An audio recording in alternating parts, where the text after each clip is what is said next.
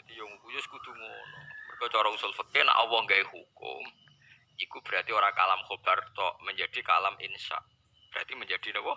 Hukum. Misalnya Allah ngendikan Ka'bah iku tak jaga. Berarti hukume wong Islam wajib jaga. Misalnya Allah dawuh salat iku apik, berarti wong Islam kudu salat. Misalnya ana ayat wal walidatu yurdina auladahunna, seorang ibu itu menyusui anaknya. Itu redaksinya ya kalam khobar, berarti ibu itu sebaiknya menyusui anak. Orang kok kalam khobar terus mending ngene. Angger jeneng ibu nyusui anake, terus suatu saat ada kejadian orang yang payudaranya ada penyakit terus gak boleh menyusui. Oh Qur'ane salah, cara ibu nyusui iki kok gak ya kowe goblok berarti ra iso usul fikih. Berarti KPU kudu dianalisis pakai usul fikih. Lha ya misalnya teng usul fikih teng Qur'an wonten wal walidatu yurdina auladahunna haulaini kamilaini liman arada ayyutim maratu, seorang ibu itu menyusui anaknya. Itu kalam khobar. Tapi maknane kamu seorang ibu kalau gak ada uzur harus menyusui. Orang kok terus ibu itu cara Quran itu mesti menyusui anaknya. Suatu saat ada kejadian seorang ibu tidak menyusui, terus Anda janggal. Sama, suatu saat mungkin ada kejadian orang kafir ngerusak Ka'bah. Terus kowe protes, jadi dijogo pangeran jebule kok dirusak. Lo kalau dijogo pangeran berarti ada hukum, kamu wajib. Ya, itu sudah aturan hukum. Aturan ilmu usul apa? Usul fikih. Paham ya? Meskipun kenyataannya ya Ka'bah dijaga Allah sampai sekarang. Ya paling ada kejadian-kejadian kecil gue iling-ilingan nak Ka'bah itu makhluk. Ya nak Ka'bah itu makhluk. Ya tahu lah kena banjir rusak. Masuk Kanjeng Nabi meskipun kekasih pangeran yo nate wato, ge nate loro. Lan disebut gada al-a'rad al-basyariyah. Ge nate ra duwe utang. Sampai Nabi kabundut itu jadi utang perkara 30 sok dijamekno baju napa? Rompi. Ya, umatnya keterusan. Aku parah utangnya buat nerima tolong sok nih. Oh masa mobilnya cek utangan kabeh. Leyong Nabi nyontoni ini mau 30 sok. Sing nyontoni keterusan. Ya tapi penting ben orang tuh tidak sok suci bahwa ya macam-macam loh wong diutang mboten asal iso nyaur mboten. Sementing jumlah utang ora oleh sak ndure aset. Nah, cara fikih sementing misale sak kula ya maksimal utang iku pira bos tak saku. Ya 20 juta lah. Sak Mustofa pira? Pira bos aku? 2 juta. Waduh, marah tenan berarti. Iku iso nyaur ya, sak ndure iku wis. Jadi eling-eling nak cara kaidah usul fikih nak ana kalam khobar iku dadi hukum. Eling-eling nak ana kalam khobar niku dadi napa? Hukum. Nek ora kok kalam khobar itu mbok enteni bener salah ya mboten. Yen ana kalam khobar iku dados napa?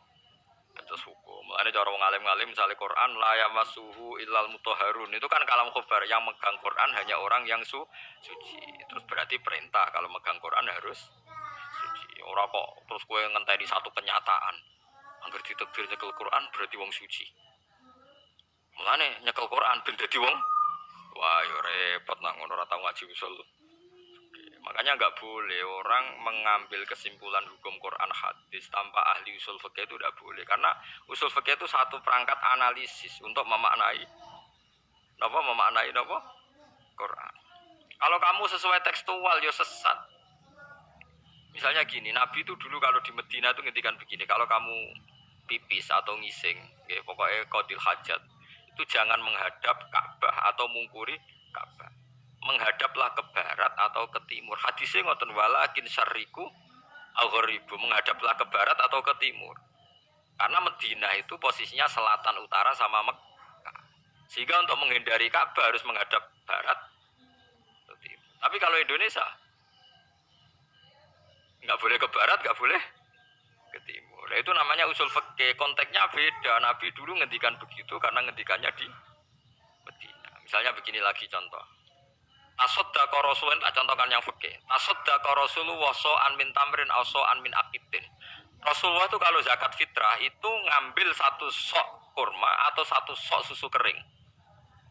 Tapi seluruh ulama di dunia mengganti hadis itu dengan Rasulullah mengharuskan sedekah fitrah dengan kutil balan.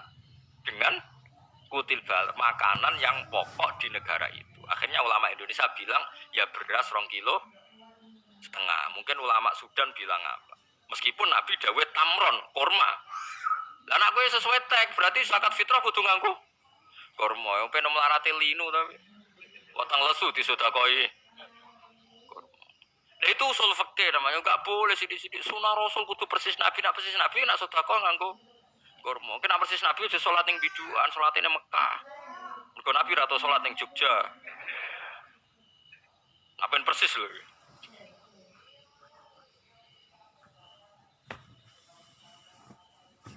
Misalnya gini lagi, Nabi ngendikan, ittaqun nar etasaddaku walau firsana satin. Kowe iku sedekah senajan to sak sampile wedhus. Mergo wong Arab iku paling melarat lah, nak mayoran nyembelih wedhus. Ora ana wong Arab mayoran nyembelih napa? Pitik. Lah saiki Nabi dawuh sedekah senajan to nganggo sampil wedhus. Lah wis disembelih pitik kok sedekah sampil wedhus kan ora iso. Akhirnya Indonesia digenti, wis sedekah las senajan to nganggo pupu pitik. Sing disembelih pitik kok ape dadi pupu wedhus. Nah itu namanya usul fikih. Usul fikih itu ilmu analisis. Nabi menghentikan tuh konteksnya kayak apa, rohnya dalam kalimat itu apa. Disebut tangkihul manat kalau dalam istilah usul fikih itu. Satu kesimpulan yang seperti itu. Dan lafadz yang disebut itu tidak mengikat. Kenapa tidak mengikat? Karena konteksnya beda. Nabi karena orang Arab, tentu contohnya kot itu amron apa? Kurma. Kalau kita contohnya paham ya? Iku wong saiki mau ngaji. Mau ngaji tapi fatwa hukum yo repot. Mbok gedhingi wong saleh menggaweane itikaf, ora mbok gedhingi. Ngawure ra karuan. Yes, mbok selana amalun apalakum napa? Amal. Makanya ilmu usul fikih itu penting sekali. Itu tadi karena semua kata-kata Nabi pasti kita ganti untuk konteks-konteks yang memang beda. Kayak tadi misalnya Nabi ketika tamron, kita ganti kutil balad, berarti dalam konteks Indonesia tamr diganti apa? Ya tamr diganti apa? Diganti beras. Ya seperti itu seterusnya. Misalnya begini lagi, dulu Nabi ngendikan an-nukhama fil masjid kafaratun wa kafaratuha dafnuha. Dulu masjid itu dari pasir. Kalau ada orang ria atau ngidu itu kata Nabi, ngidu di masjid itu dosa. Kafaronya adalah dipendem. Nah saiki kowe riak ning gone keramik terus kafaroe pe mbok walik keramike. Ya dulu karena Nabi ngendikan dipendem karena masjidnya dari pasir. Lah saiki mosok ape mbok pendem? Mbok jegoli keramike terus ora ada. Ya ndak, semangat dipendem ben bersih wong liya ora jijik. Ya, semangat dipendem artinya ditutupi ben wong liya gak jijik. Nah sekarang kalau keramik ya diambil bek tisu terus disujeni. Sama-sama menghilangkan. Ya itu seperti itu usul fikih. Paham sih kalau maksud gitu. Lah Ka'bah ya sama. Kowe terus aja protes. Jare Mekah iku kota haram, gak bakal ono masalah. Kok saiki ono perang, dhisik ya ono perang zaman Abdul bin Zubair.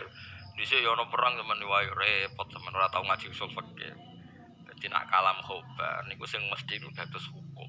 Ya sing mesti itu dados nopo? Dados napa?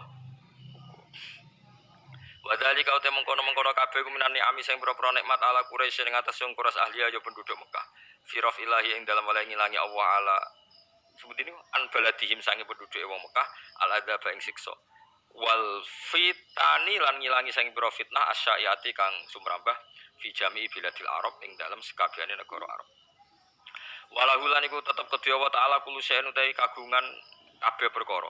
Fawa mungkote Allah rabbu kulli syai'in pangerane saben-saben perkara wa khaliqu lan sing gawe sek wa maliku lan pemilik sek wa umitulan den perintah ingsun anakku nentono ingsun iku minal muslimina setengah sange wong sing Islam kabeh lillahi maring Allah bitauhidi lan mengesakno Allah termasuk Allah merintahno wa an atsluwal Quran lan aku dikongkon maca Quran alaikum ing atase sira kabeh maca Quran maknane piye tilawat dakwah dadi kese maca sing dadekno dakwah ilal imani maring iman. Itu ora kok maca huruf tok ngangge makhraj mboten nggih maca huruf nganggo makhraj. Nggih maca visi Quran nak kabeh Quran iku arahe fafirru ilallah ud'u ila sabili rabbik. Jadi kabeh semangati Quran dadekno dakwah. Mulane Imam Suyuti maknani maca Quran Suyuti tilawat dakwah ilal iman. Jadi maca sing dadekno dakwah aja-aja ilal iman.